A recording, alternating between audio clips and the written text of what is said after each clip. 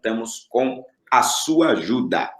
E a segunda pauta é a seguinte: o STF avança em drible à Constituição e já tem 4 votos por brecha à reeleição de Maia e Alcolumbre. Nós tivemos aí as primeiras votações, né, os primeiros ministros se pronunciando sobre essa questão, que, se eu não me engano, foi levantada no STF pelo PTB, que queria que o STF declarasse como inconstitucional a tentativa de reeleição do Maia e do Alcolumbre, ou de um dos dois, e aí acabou se juntando a outras ações, não me lembro muito bem do histórico, mas fato é que o Gilmar Mendes, o relator do caso, já se manifestou favorável à reeleição dos dois.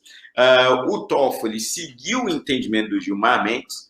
O Cássio Nunes teve um entendimento paralelo ali, né, de que medida. Um poderia se reeleger, o outro não poderia, e o Marco Aurélio e o Edson Fachin estão ali sendo mais resistentes a essa ideia. O que esperar desse julgamento, Adelaide? O que você acha que vem daí?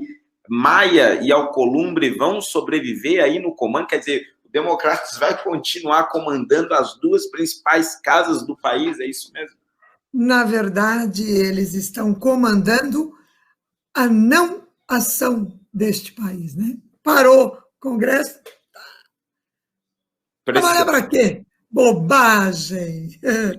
Afinal, de acordo com o gráfico que a SECOM apresentou, nós estamos com 7% de crescimento. Você viu o gráfico? O gráfico fake que eles fizeram? Gente, eu nunca vi uma coisa tão sem... Bom, vamos ter que comentar isso aí. Mas, assim, quando e aí pode ser até ignorância minha, mas quando o STF inaugurou a temporada de rasgos à Constituição, no julgamento da Dilma, que fatiou, né, o julgamento, e ela pôde, então, manter seus direitos políticos, que, graças a Deus, o povo mineiro foi lá e falou: não, senhora, direito político não. Ela continuou com alguns outros direitos aí, que não devia ter direito nem de votar, aquela senhora não deveria, mas ela continuou com seus direitos políticos. Eu acho que foi o primeiro ato que a gente ficou indignado. Mas passou. Mas passou. E você sabe que onde, segundo ministro conhecido de todos nós, onde passa um boi, passa uma boiada. Eu sábio diria isso. E é isso que está acontecendo. Os caras se acostumaram. Peraí, o raciocínio é mais ou menos o seguinte: eu estou achando que os meninos lá estão fazendo besteira, vou resolver aqui. E resolve aqui. Com a desculpa de que o legislativo está sendo omisso, eles saíram, assim, de uma maneira violenta, e eu fico indignada de não ver as pessoas muito bravas com isso, mas bravas mesmo. E eu não estou falando das pessoas comuns como nós, que estamos bravos, mas eu não consigo ver juízes, procuradores, promotores, né? Ex-integrantes do STF. Fala, peraí, cara, não me envergonha, não fala um negócio desse. A Carta Magna está aqui, está escrito. Será que os caras não ficam com vergonha para se levantar? É que nem o Ministério Público de São Paulo, que queria se vacinar antes.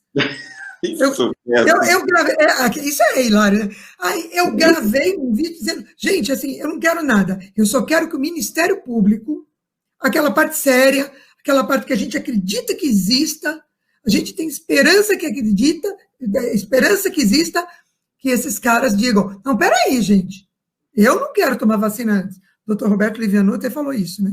Eu não quero. Então, por que ninguém fala nada? A OAB, a gente sabe que aquilo é uma casa de favores. Vamos, deixando bem leve. Uma casa de favores, né? Que anda atrás do Moro, mas não olha o que o STF está fazendo. Não fica indignada, porque deveria estar indignado com o que a STF está fazendo. É assim, você não precisa entender de juristas, você não precisa ser jurista, você não precisa ser especialista, você não precisa ser constitucionalista. A única coisa que você precisa é ter feito português na escola. Abre e lê. Você não precisa interpretar, gente, está escrito. Então, assim, é muito revoltante que a sociedade civil, de uma maneira geral, tem muita gente revoltada, eu estou vendo nas redes sociais, mas cadê a Associação de Procuradores, os grandes magistrados, os grandes juristas, aquelas pessoas que a gente espera que sejam baluartes daquilo que foi o nosso jurídico, os nossos magistrados? Será que a gente não tem ninguém que tenha vergonha do que está acontecendo, que fique vermelho, que se sinta vexado de ver as coisas acontecerem como estão acontecendo? Será que não tem ninguém? Sabe? Você vê nos Estados Unidos ex-presidentes se oferecendo para tomar vacina publicamente diante das câmeras para dar o exemplo. Eu vou primeiro. Eu conduzo a bandeira. Eu vou na frente. Gente, cadê? Cadê? Não tem nenhum grande homem, não tem nenhuma grande mulher nesse país que tenha peso político e que tenha passado por lá e tenha ficado... Ganhou uma fortuna lá, nós pagamos o salário dele, estamos pagando até hoje, que o cara deve estar aposentado. Ninguém vai falar nada. Eu estou muito revoltada. Eu estou muito brava. Mas é com isso que a gente tem que trabalhar, Alain. Impunidade de todas as formas, em todos os níveis, para quem quiser. Desde o fiscalzinho que passa na tua porta, desde o guarda de trânsito que te para e fala assim, olha, a multa é alta, hein? Mas dá para a gente dar um jeito. Desde esse até um Gilmar Mendes, que faz aquele voto criativo, que assim, eu sou professor de português e eu gosto muito de ler, sabe? Eu sou boa interpretadora de textos. Não sou jurista, não, mas eu entendo português. Você lê o voto do Gilmar, você não dá para entender. Não dá para entender. Não dá para entender. Não está escrito em português. Não está. Não está escrito em português. Aí você vai lá, lê a Constituição, está clara, mas muito clara. Então, eu fico revoltada não só com os Gilmares, Toffoli, Lewandowskis da vida. Eu fico muito revoltada com quem poderia estar dando exemplo, poderia estar puxando e dizer, não, peraí, ministro do STF não faz isso aí, não. Alguém tinha que estar falando isso. Eu fico muito triste com esse país, nós precisamos mudar muita coisa ainda, e eu não vou desistir, nenhum momento eu digo que vou desistir, mas tem muita coisa para fazer, hein? Nem que esse povo podia ajudar, né? Pois é, a situação está complicada. Alan, me diz uma coisa, no voto do Gilmar Mendes, uma das razões que ele coloca lá, ele diz, não, isso aí é questão interna corpore, do Senado, da Câmara, que se resolvam lá. Só que eu posso estar enganado, se não sou jurista, deixei a faculdade de Direito e fui para a História, mas eu tenho a impressão de que... Mas você estudou português. Estudei português. E eu tenho uma leve impressão de que o STF se imiscuiu, sim, adentrou ali, sim, na prerrogativa do Legislativo, muitas vezes. Quem dera a gente revisar somente as ações ali da rede, do Randolfo Rodrigues, várias ações, para que o STF interferisse de alguma forma em decisões do Legislativo. E tivemos diversas decisões, algumas monocráticas, outras colegiadas, que interferiram, ou no Senado ou na Câmara. Que eram legislar, ele... Exatamente, isso sem falar... Legislaram, vergonhosamente. Exatamente. Então, me diz uma coisa, neste caso, cabe aí essa interpretação de, olha, regimento interno, Senado e Câmara que se resolvam, e outra coisa, você considera que essa é uma decisão, mais do que jurídica, uma decisão política? Acho que é simples. A Adelaide já respondeu em parte, né?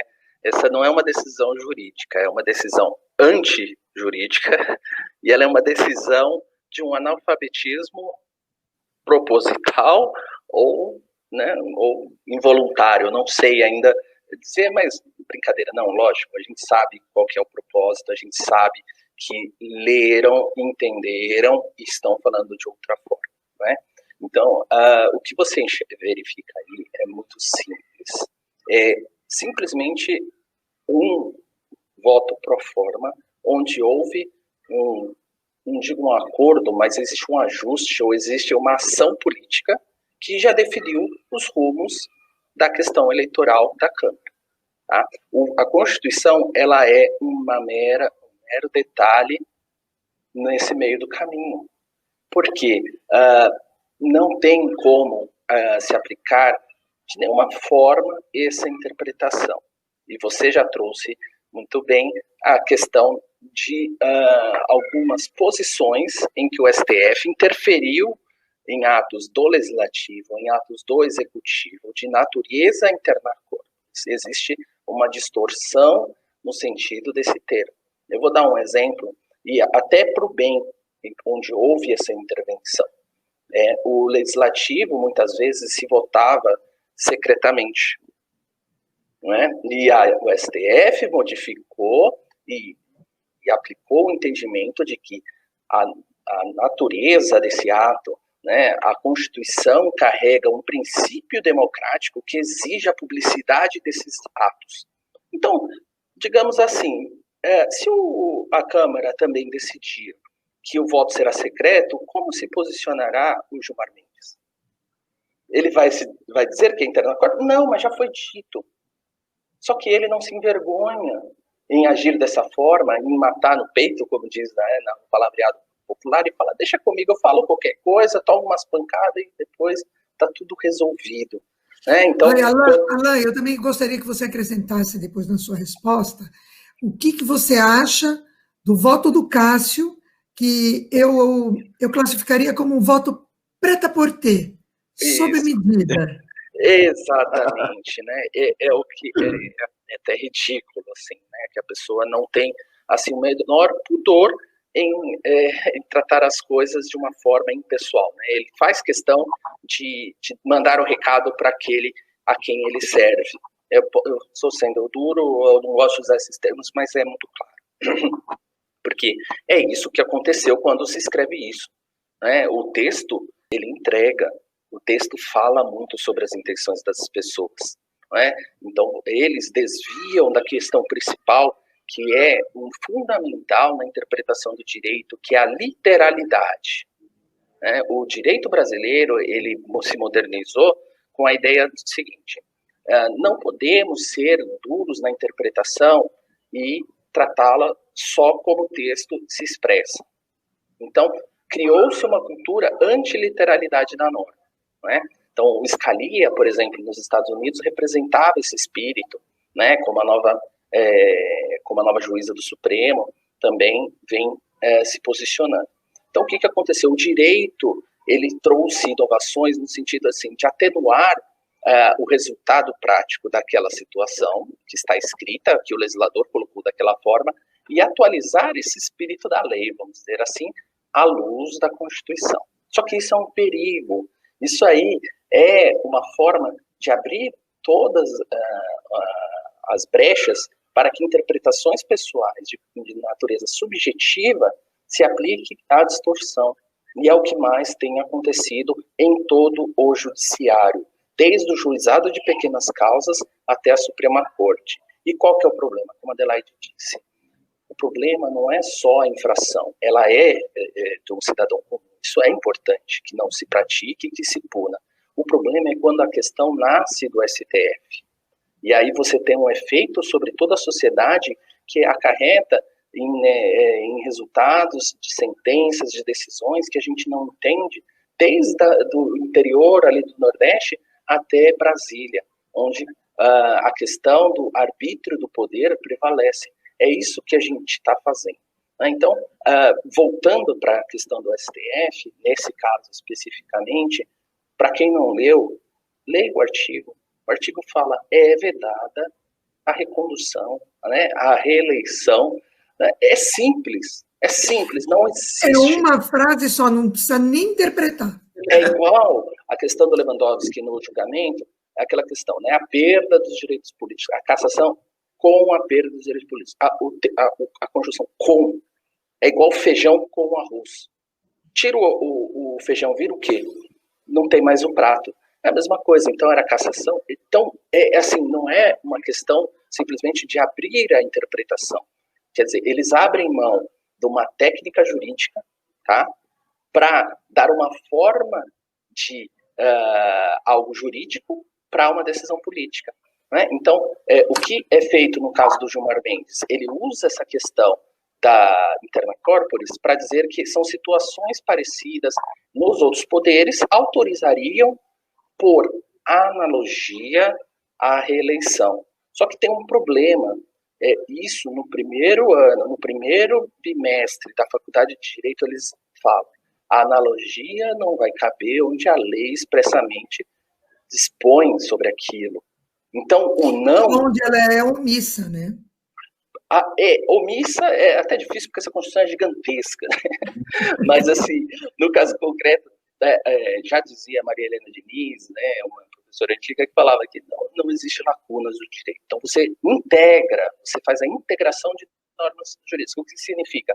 Na ausência de uma expressa disposição sobre aquele caso, você usa de técnicas para complementar o sentido daquela norma concreta. Um deles é a analogia. Analógico-jurídica, tem várias formas. Agora, a questão aí específica é o seguinte: a Constituição disse não. Como é que você faz analogia onde a Constituição diz não? Aí nasce o grande problema, são os guardiões da Constituição violando a Constituição.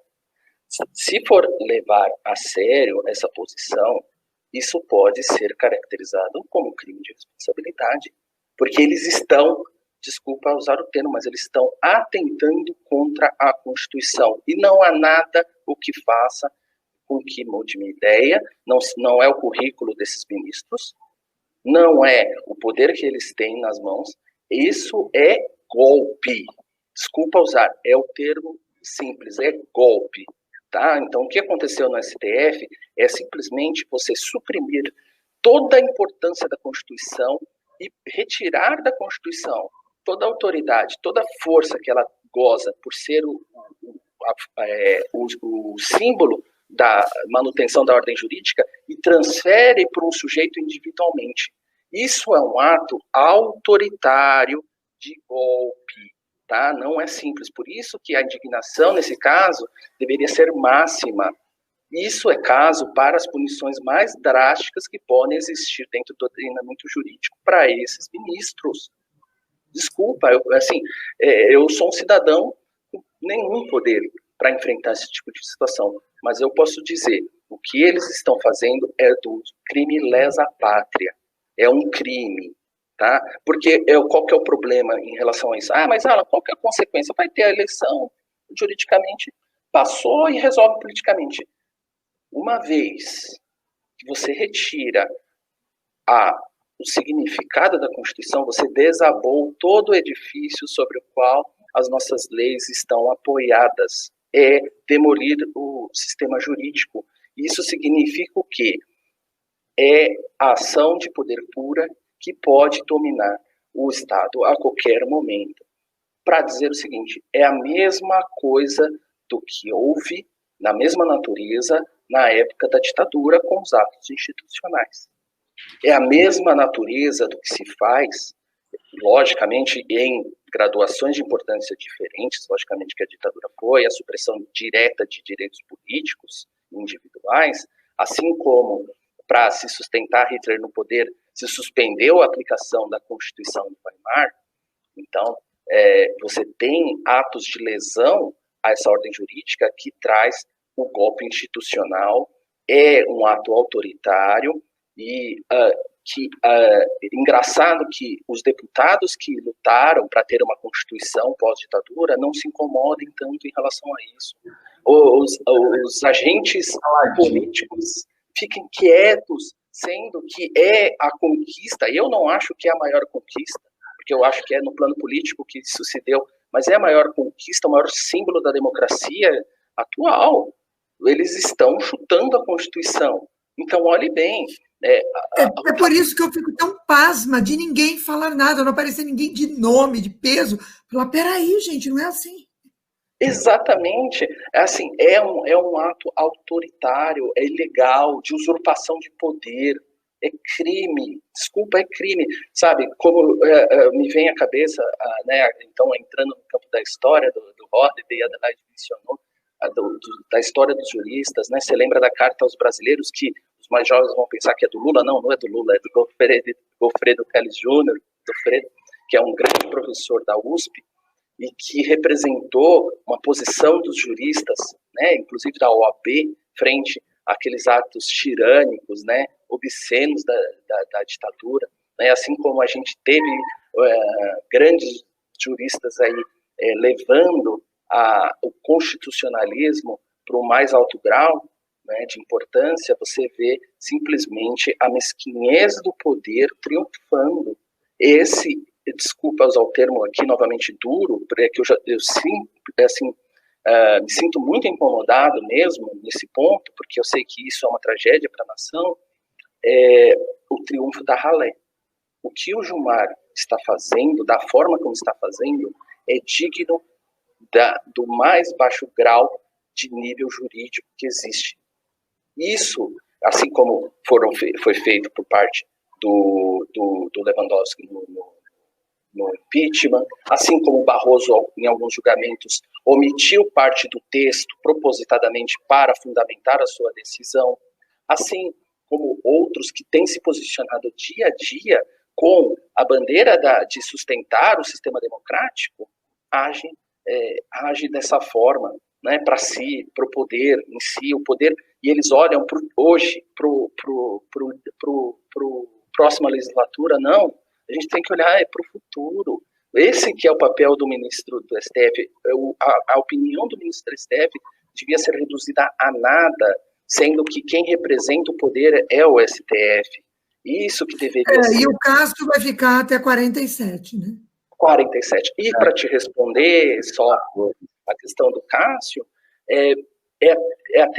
assim, não sei, é tudo errado, mas você trazer uma decisão em que você atenua aquela possibilidade, dizendo que um pode, porque já estava ocupando o cargo, e o outro não pode, porque é contrário àquele que te nomeou, porque é contrário ao interesse daquele que te nomeou. É para ter, é sob medida.